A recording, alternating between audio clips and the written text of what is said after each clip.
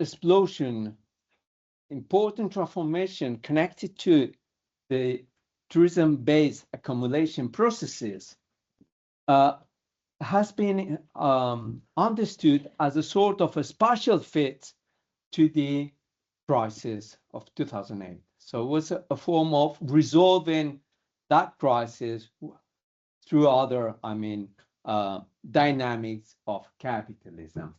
But I would like to highlight just three aspects regarding this new episode of the planetary touristification.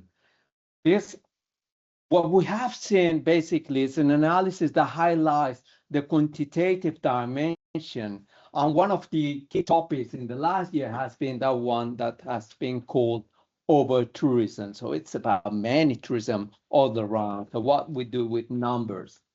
But I would like to, emphasize the spatial logics that lie behind this process of the expansion of the planetary touristification and also changes in the organization of capital. So how capital has been also been adapted, transformed to, deal with this situation.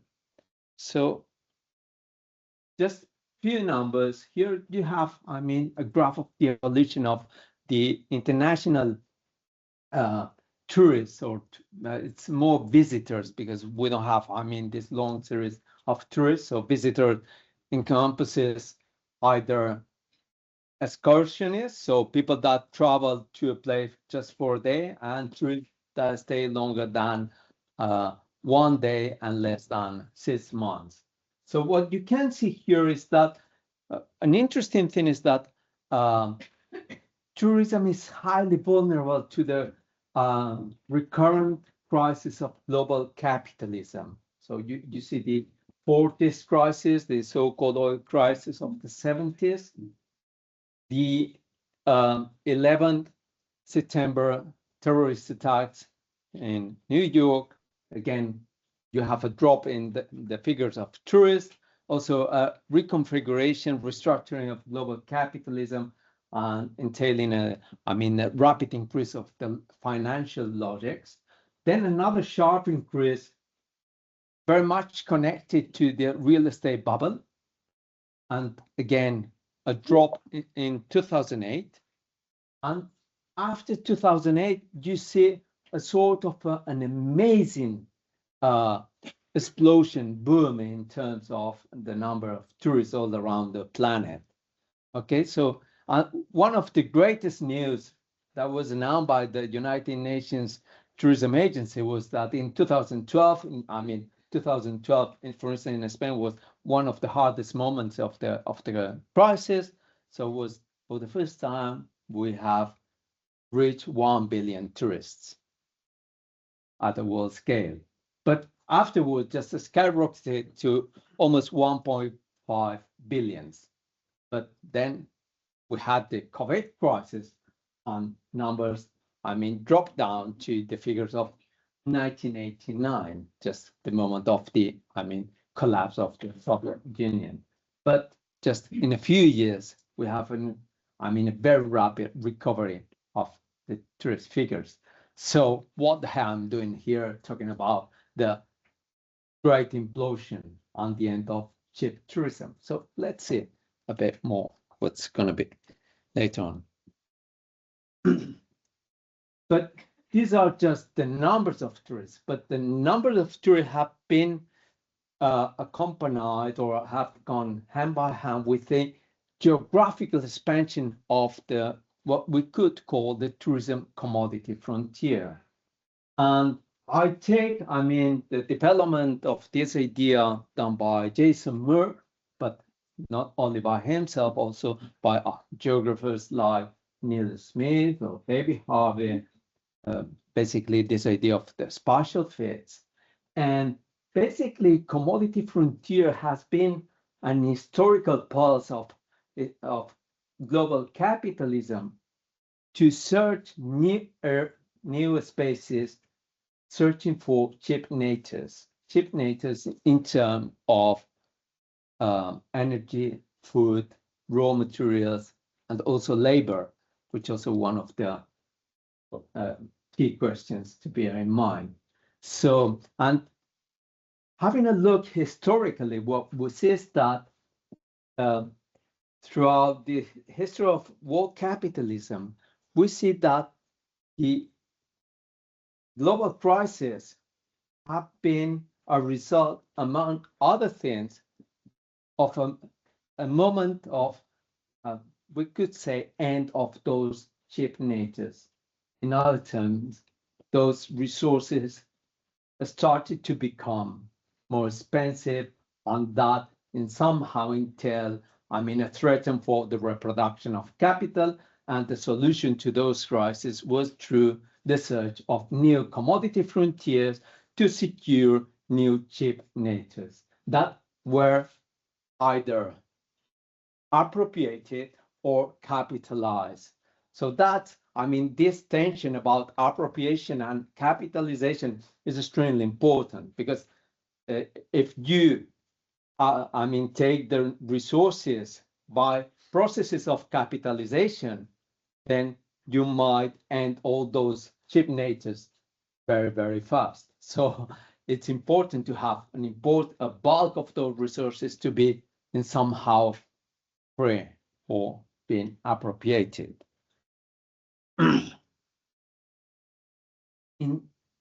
So one of the things we have seen in the last decades is a continuous expansion of the tourism commodity frontiers, geographically to almost all corners of the world, even the highest peaks, even the most remote areas of the world, the open seas, but also in many, many spaces of the everyday life through a double process of capitalization and appropriation, taking, for instance, the commons by free, like, for instance, mountains, beaches, and so on and so forth. And of course, also cities, and transforming activities that weren't, very sexy for the tourism activity to, transform them as tourism commodities, like for instance, the so-called slum tourism. So now we have slums that are receiving visitors, therefore having this fancy experience of, connecting with, the poor, and it's a larger dynamic of commodifying by tourism things, aspects of life that weren't commodified so far. And of course, sea and coastal areas have been seen in terms of commodity frontiers historically as, an open space, so an empty space, just to span permanently the commodity frontier, as you explained in your previous presentation. And one of the forms how the sea and coastal areas are commodified is through processes of touristification. Okay, so touristification, it becomes crucial in the transformation of many of those sea and coastal areas. Okay.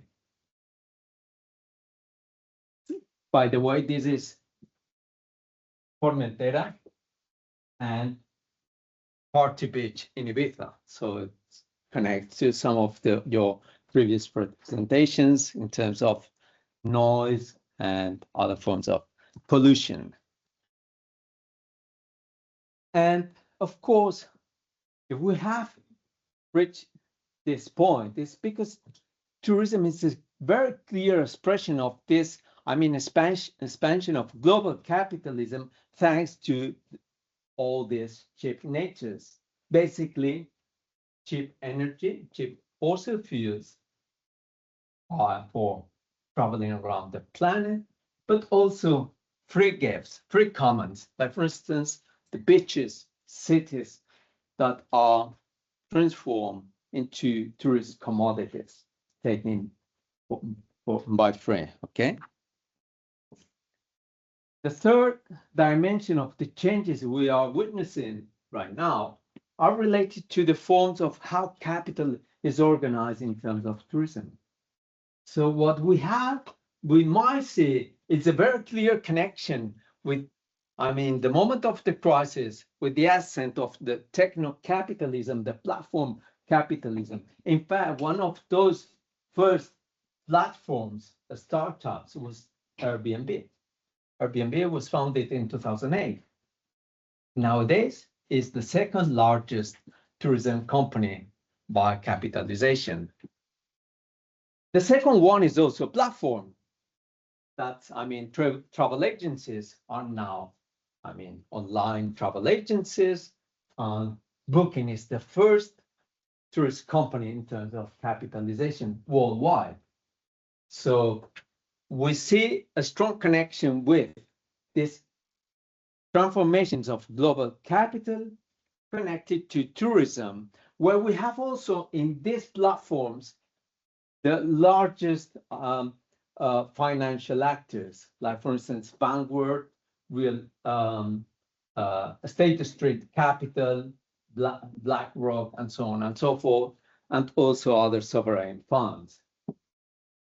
The other question is, well, here I put Blackstone because when I came in a conference in a speech in Spain, and I say, well, does anyone know which is the largest hotel owner in Spain?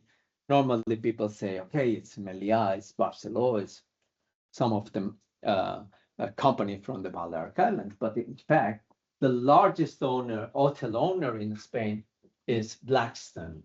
It's a real estate investment fund. And then we have another change.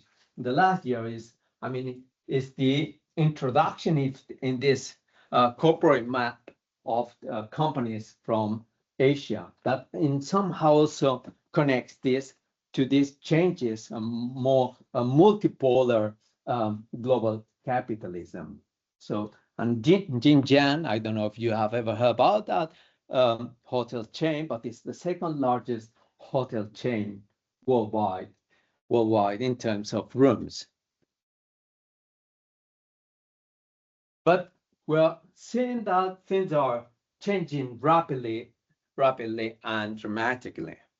So, well, we could say that we are in a great implosion where the contradictions of capital are accelerating, and in somehow they're also connected to this end of cheap natures. So in terms of energy, in terms of raw materials, in terms of food, labor, and so on and so forth. So, and here you have just a few pictures. One of the COVID, that would be an expression of this. I mean, turbulences regarding the interface of capital and nature. Then you have here a picture that's in Spain last summer, and you have two tourists making a picture nearby. You see 49 degrees, so that, my God. So it was a sort of a nightmare. But then here you have the Prime Minister of Tuvalu saying, okay, we're already shrinking. So there is a very, I mean, I was going to say funny, but it's called shrinking destination. So it's about places that are literally disappearing. And then you have, for instance, situation like the crisis of Sargasso in the Caribbean, that it's a combination of multiple aspects that connect the expansion of the agriculture commodity frontier in the Amazon, the runoff of nutrients to the ocean, warming water, and so on. So, and you have extraordinary bloomings that are ending up in the Caribbean. And the question is that the sargassum is not seen as a ecological disaster or an ecological crisis, but it's seen as a tourism disaster. So it's, what the hell are we doing with all that to, I mean, keep on going with tourism in the Caribbean, because we rely basically on this activity. And here you have, I mean, just few examples of some evidences that we might be in a moment of, I mean, changing situations in terms of cheap natures.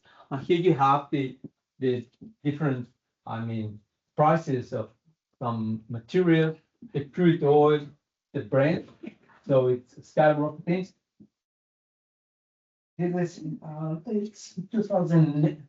In 2008 was the moment when the oil was had the highest price, and it was related to a moment when Ahmadinejad, the prime minister of Iran, sent a long distance missile, and was a sort of a moment of geopolitical crisis. So again, it's not just about that resources are finishing literally, but it's about all the geopolitical dynamics that lie behind all these, I mean, situations. So we're living in a time of not just ending of cheap nature, but growing conflicts. So conflicts are a key issue regarding this moment of the great implosion. So then you have copper, which is, I mean, we talk about a lot about the critical minerals or rare minerals, but copper, which is not so rare, but it's essential for the whole electrification that, I mean, it's supposed to undertake under this, I mean, energy transition. So, and copper, it's also becoming physically more scarce and also more and more expensive. And then you have some other, so the weight, so, and how it's connected to urea, that is basically a fertilizer. So we are witnessing seeing how all this are highly connected to this, I mean, changes in terms of the situation of the end of cheap nature. And at the same time, I connect this idea to this other idea of terminal capitalism or zombie capitalism that have been, I mean, advocated by some critical economists, for instance, the people from Monday Review, among others. And what we see is that the economic growth in terms of GDP is really slowing down. So there's a higher difficulty for capital to reproduce and expand their profits. Okay, so it's a moment of calming down. So it's and that connects also to this end of cheap nature, and that as a result of that, what we have had in the last decades is an increase or a transformation of the logic of capital towards financial and frontier dynamic. So it's basically not about producing, but about transferring the wealth from between, I mean, countries, between social classes, and so on and so forth. So it's basically, I mean, paying the bill. Or, I mean, the majorities are paying the bill. Here you have, I mean, some data from the World Inequality Database, and what we see here, how basically those that, I mean, in terms of wealth, I mean, those who owns capital and the assets, the inequality is much higher than in terms of income. And that has been growing on in the last years. And that also relates to, I mean, who has the largest carbon footprint. That is basically, I mean, the top 1% of the world that has, I think it's about the 48% of the global carbon footprint that connects to this, just a small fraction of the world population. And where tourism, global tourism fits in is basically, I mean, generally tourism is advocated as a soft, sustainable, I mean, with a very low impact activity, better to have tourism that mining, for instance, or whatever. But the carbon footprint of global tourism, it's, if you see here, it's about the 8.8% of the global greenhouse gases, basically the same as the European Union. Okay, so it's not so small. And if we have a sharp reduction in terms of greenhouse gases during the COVID, was basically these people didn't travel. So that's one of the main explanation. And when you look at the figures, for instance, in Spain, it's very, very clear that, I mean, it's a correlation of about 0.9 or something like that. So it's very, very strong correlation on this. And it's just about the 2% of the world population that travels internationally. So it's just I mean, basically, very, very few people that are behind these figures. And then I'm going to introduce you some, I mean, that's something I'm working on. So it's in relation to the Spanish case. So what you have here is the figures of international tourism arrivals in Spain. So from 2016 to 2025, almost 10 years. We see that in 2025, we received almost 100 million tourists in Spain, international tourists. But what it interests me is that Spain has become a very expensive place for to travel. So the expenditure by tourists per day passed from almost 125 to almost 200 euros per day. So it's an increase of the 50% of the tourist bill. But if you look in global terms, it's an increase of the 74%. So what we see on the newspapers is that, I mean, the British, Germans have started to complain that Spain has become too expensive, even for them. For us, nothing to say, okay? So, and that has something to do with this, I mean, question of the end of cheap tourism. But when we look to the Spaniards or Spanish people traveling in Spain, we see that from 2017, 18, just after, I mean, the crisis, the figures have decreased. So Spanish people are not traveling as much as they did just before the pandemic. But again, you see how traveling in, or the Spanish people traveling in Spain has become more expensive.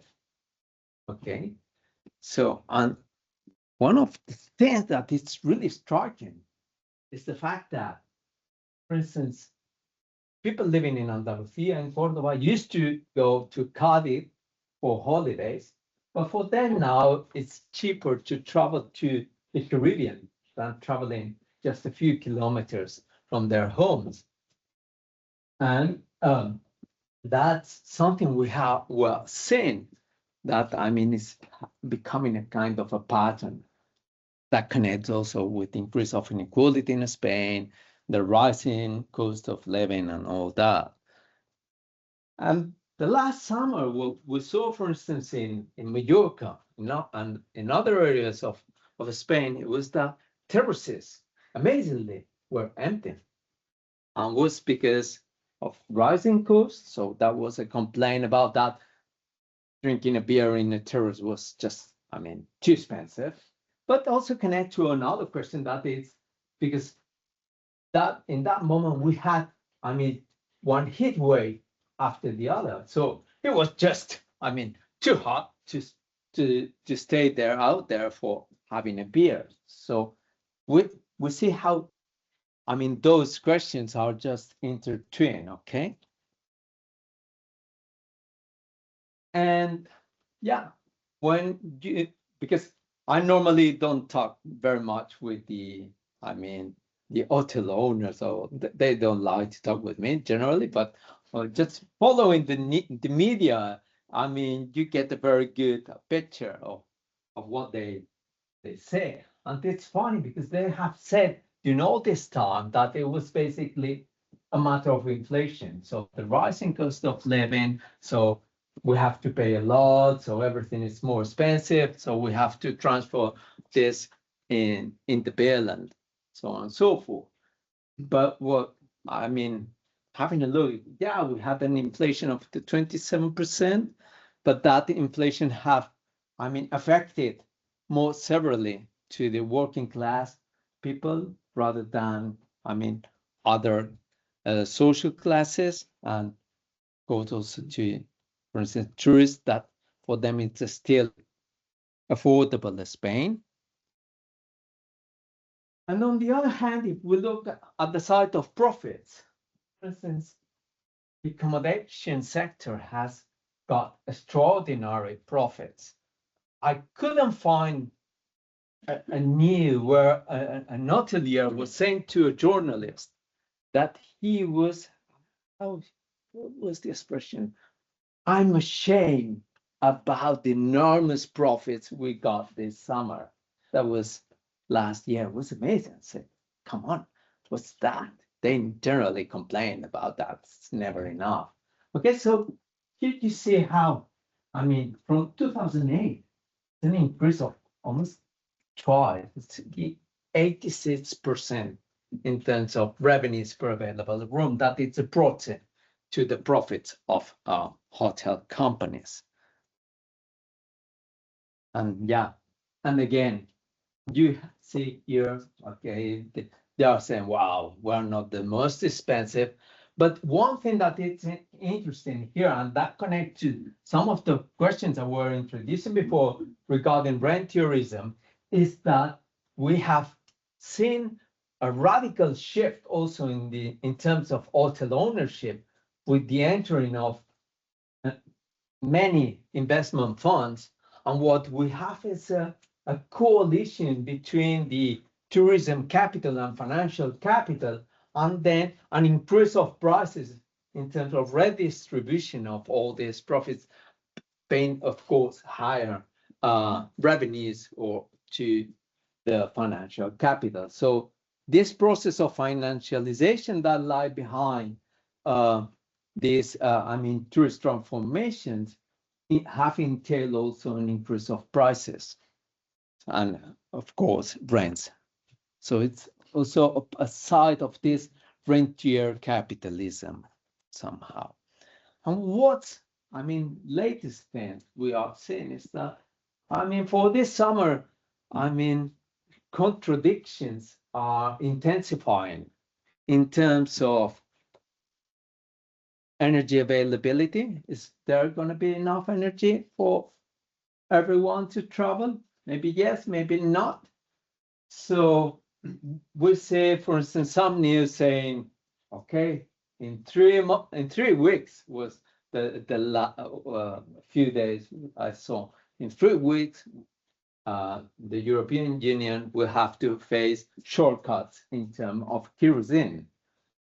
Yesterday, the CEO of Repsol said, don't worry, Spain will be safe. We have enough kerosene for everyone to come and go back. So that's solved. So it's fixed. Another thing is that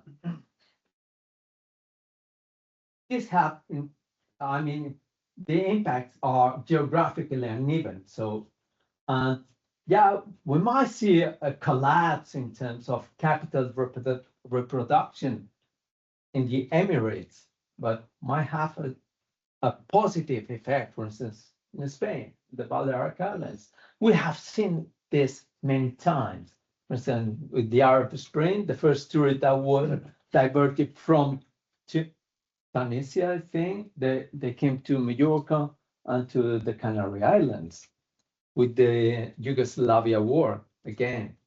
So that's something that has been benefiting somehow other regions.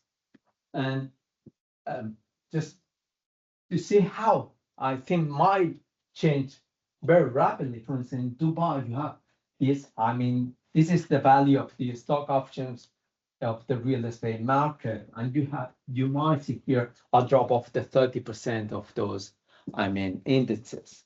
So it doesn't mean that the whole assets have, devaluated, but it's a kind of sign that, it might affect situations over there. So what to go in these times? So what we see is an enforcement of authoritarian capitalism. So if authoritarian governance of capital worldwide to secure what? The last resources, what's left? For what? For, securing the access to those cheap resources, to those cheap natives. And another side effect or another element we see is that there is a kind of a struggle for capturing the rich. So if we are in a time of the end of cheap tourism, so we welcome the beginning of the expensive tourism. So, but there's a problem that there are not rich for everyone. So destinations are, I mean, competing fiercely for attracting the rich tourists. Okay. And again, in terms of this process of gentrification connected to tourism exploitation for attracting the rich, we have, for instance, this sort of dystopic situations where, I mean, I don't know if you have read the shock doctrine of Naomi Klein, but it fits perfectly on that, I mean, theoretical framework. So it's after situation of huge collapse of after genocide, so transforming through tourism into a tourism and real estate, I mean, paradise. So paradise after destruction that somehow connects also to the deep sea mining. So, and I remember once talking with the, it was a politician of Mexico from Cancun, and he was explaining how Cancun was developing to a tourist resort. He said, well, it was the easiest way to, I mean, transform it rapidly, is you need, in comparison to other industrial activities, investments are quite low. You don't need very trained people, and you just need, I mean, nice beaches. So they had it. So, and they just put some money and then you have that area. So it's the same logic, for instance, here in the Gaza Riviera. But we have bad news for this terminal capitalism related to tourism. The first one is that there are not rich tourists for everyone. So tourism as an expression of the cheap nature situation, I mean, requires vast amounts of people, because tourism is basically about commodifying bodies. And in terms of the reproduction of capital, it's not going to be, I mean, feasible just by, I mean, mobilizing the rich. Then what we are seeing is we are in a moment of the exhaustion of the cheap nature commodity frontiers, and there's not a magical solution. For instance, what we know about, for instance, the replacement of fossil fuels for aviation is that there is not a feasible, I mean, alternative. So if the sustainable aviation fuels, I mean, I like a lot these names, so that are supposed to be implemented for the aviation of the European Union by, I think it's 2050. I think it's the 70% of the fuel has to be these SAFs.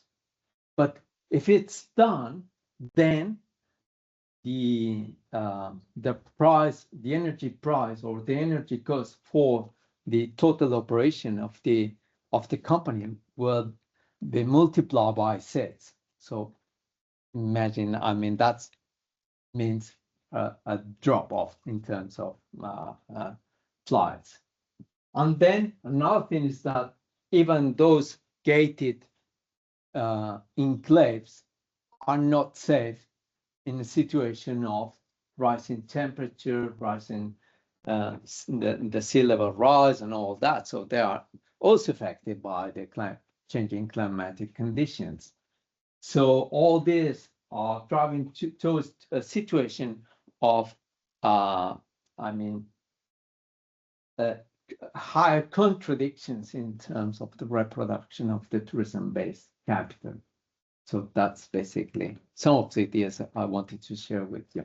Okay, thank you.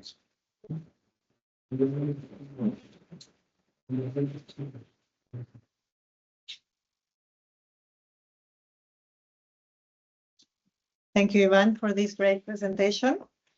We are a bit on a delay, but let's take 10 minutes for questions and discussion.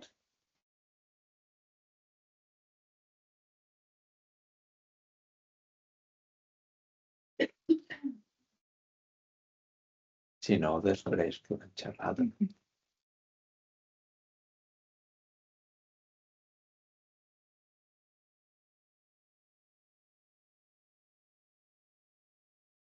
It was very interesting, thank you. My question is, according to your final slides, you think that it cannot go on like this for much longer. It will change or implode or something.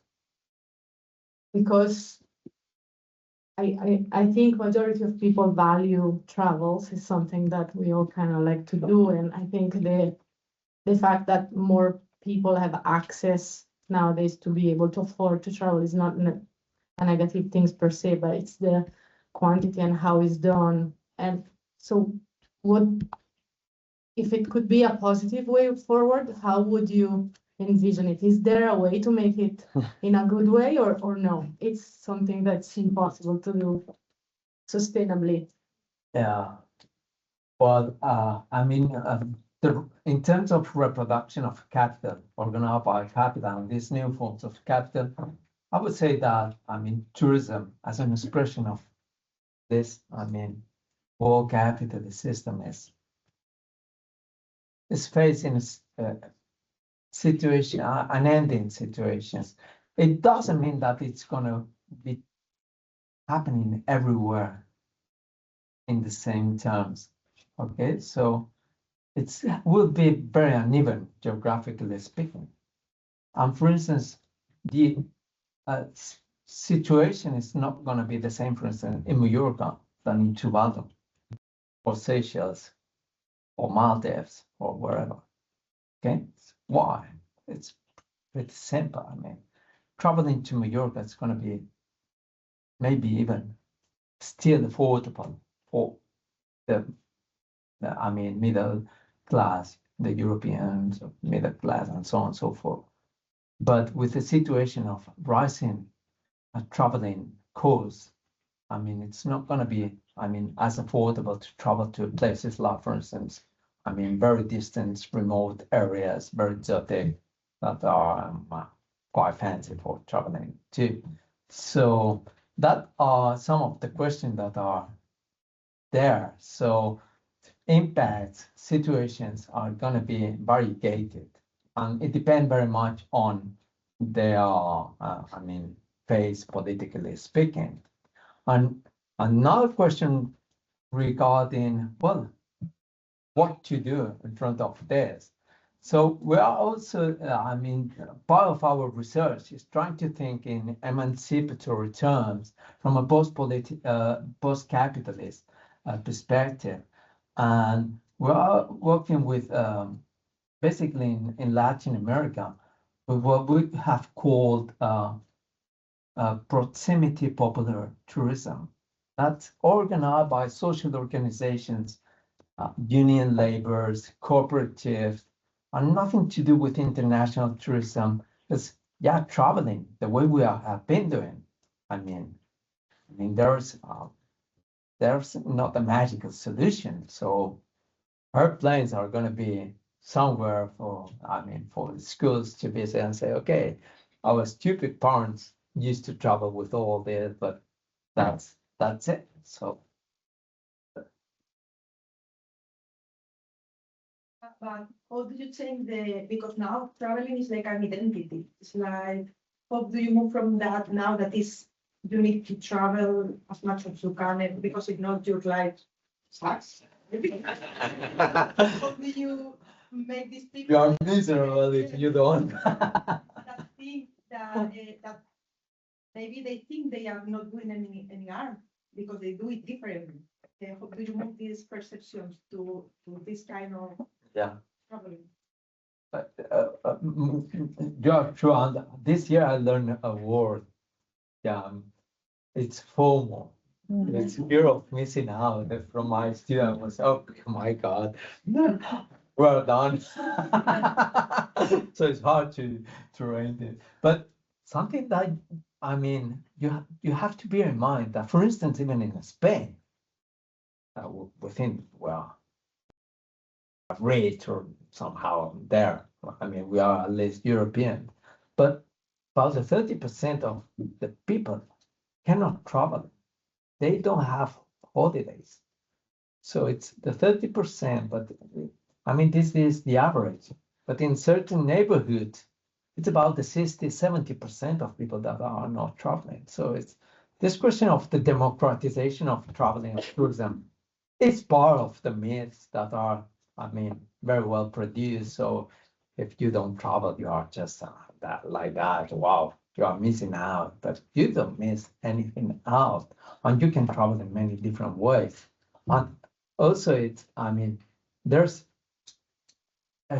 there are so many things. I mean, this is a field that is so open that there's a lot to do there. And if we are thinking, I've been working in agroecology for some years too, and if we, for instance, when we analyze agriculture, and we are close to this, I mean, maybe that agriculture is an expression only of capital, but it's not. It can be organized by many other ways. And holidays, free time, recreation activities are a result of, I mean, large social struggles, are part of the, I mean, the story of the, I mean, of the invisible peoples. So that's something we have to claim for, but to organize it out of the logics of capital. And there are many ways to do this. We published a paper that's called Pathways to Post-Capitalist Tourism. That was, I mean, of opening the question. So that's something we're thinking about. Why not thinking about tourism to be organized by other logics? Because, I mean, that's part of our social, I mean, conquest also and gain. So there's, I mean, a lot to do. So it's a very open question. We have many examples historically and currently in different parts of the world. So why not? It's the same for saying housing. Does housing need to be organized by the real estate investment funds? Not at all. I mean, we have many other forms to organize housing to make it affordable and livable. So, yeah. Okay. Thank you. I really appreciated how many things you were able to bring together through the lens of tourism. And I mean, I want to scream when I see the images, that AI slop that they put out about Trump Gaza. And I was just thinking about the kind of shared, I mean, the shared history of capitalism and colonialism, but also kind of the similar relationships that we see. I mean, Airbnb and Booking are both on the boycott, the best sanction list because they are renting in illegal settlements across Palestine.